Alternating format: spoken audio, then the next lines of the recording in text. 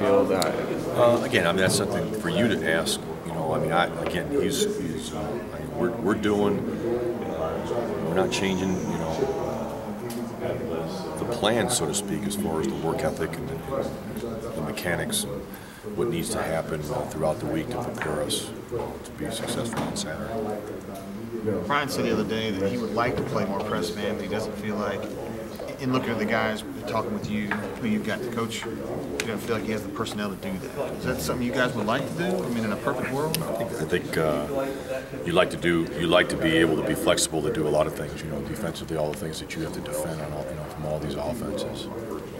Is it just a matter of quickness? What makes someone good at press man as a player? Like anything else, you know, you just if that's something that you've done a lot of, not done a lot of, you know, it's practice. It's obviously you have to have the ability. You have to have that's some of it, you know. But again, you know, it's a fundamental, just like whether you're playing off. You know, you have to learn how to do it. Where you feel more comfortable. Some guys are more comfortable in aligning in the press alignment and playing the coverages from there. And, whether that's man or whether it's just some type of zone, or it just depends on the comfort level and how guys feel about it. Just from a pure talent standpoint, do you feel like you've got guys that can learn to do it, to play press man, to play tight coverage?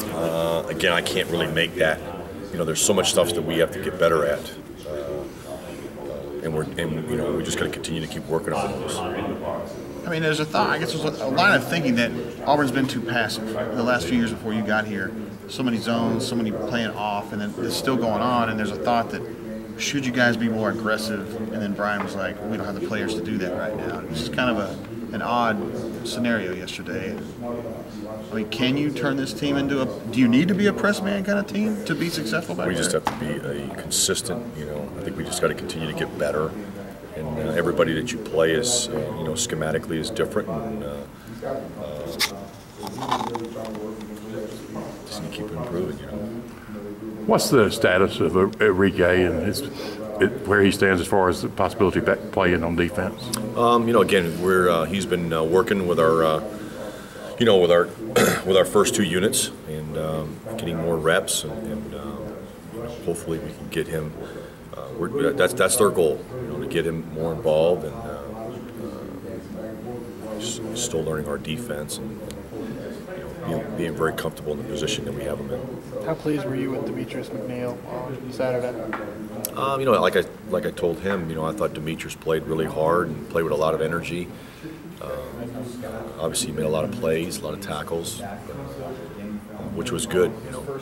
What does he give you in that safety spot that kind of led to him? Well, you need it in our system. You know, our system it's a safety-driven system where they've got to make plays, and he did that. How did he grade out? I mean, 18 tackles, pretty fantastic, obviously. Yeah, he played pretty good.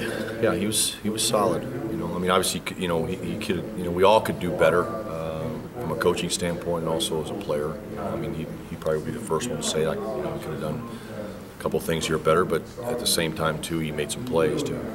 What are those things that he needs to get better at moving into week 3? Just our system, just our, you know, scheme, a lot of things, you know. I mean, you know, just feeling comfortable with it. With Thurese moving, changing sides of the ball, how does that affect things at cornerback? Does somebody like Mincy play more? Does someone like Jonathan Jones or Halsey get a look? Oh yeah, they've been practicing. No, they've all been practicing.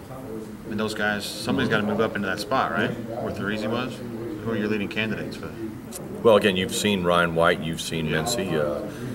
You know, we're you know, really excited about you know, Jonathan Jones. We have those three young kids that are really, you know, Jonathan Jones, you know, Josh Hosey and T.J. Davis. But right now, Josh and Jonathan have been getting a lot of reps. So, could you see them getting some time on defense? Yeah. Are they kind of athletically what you're looking for at cornerback, just as far as, again, talent? I mean, we got talent. We got, you know, there's some guys. Again, they're young guys that are learning, you know, and been excited about those guys, the way they learn and the abilities that they have. Did Thurese switch take you guys by surprise at all? Because, you know, in scrimmages and stuff, early on at least, he was playing a lot. And that's just something that obviously as a staff and And you know, 3C just felt like wanted to make the move, wanted to make the best of it. You know, obviously we want to be able to help him and you know, get the right fit.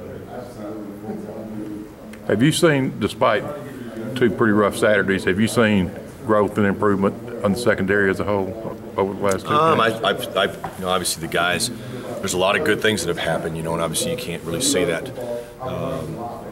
You know, there's some good things that have happened. Obviously, we're not anywhere near where we need to be, and we're making strides and keep on working hard, you know, to do that. But again, it's a team, you know, and one group can't play better than the other. I mean, it's got to be a collective. That's why it's, you know, it takes 11 guys, and you know, so again, when a couple guys are, you know, doing a great job, there's 1 or 2 things that are happening that you know, just trying to execute it on a consistent basis. Do you anticipate having the same 4 guys starting Saturday as last Saturday? Could be. With an opponent who wants to pass as much as these guys do, it's obviously going to present a lot of opportunities, but it could also test the depth. How do you? Was there anything specifically that you said to the unit to kind of prepare the guys? No, they're aware of it. Just watching the film, they know how good, you know, Louisiana Monroe is, and how good their offense. You know, starts with their quarterback and obviously excellent receivers. They can see it. Obviously, you've been through this before. New system, new place. Is this any different than other times? Everything's different, you know. Every program has been through it, and you know, it's just you know,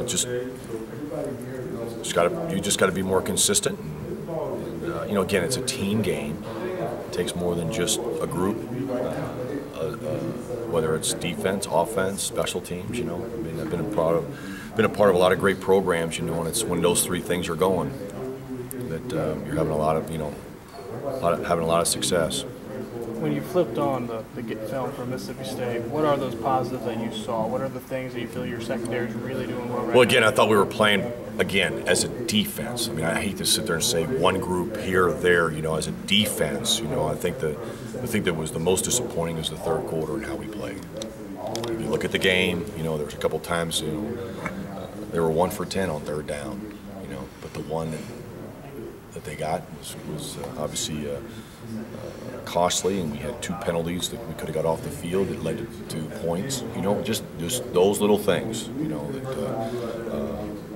that you know, we can't let happen, you know, in a close ball game. But you talk about the first half and how we played.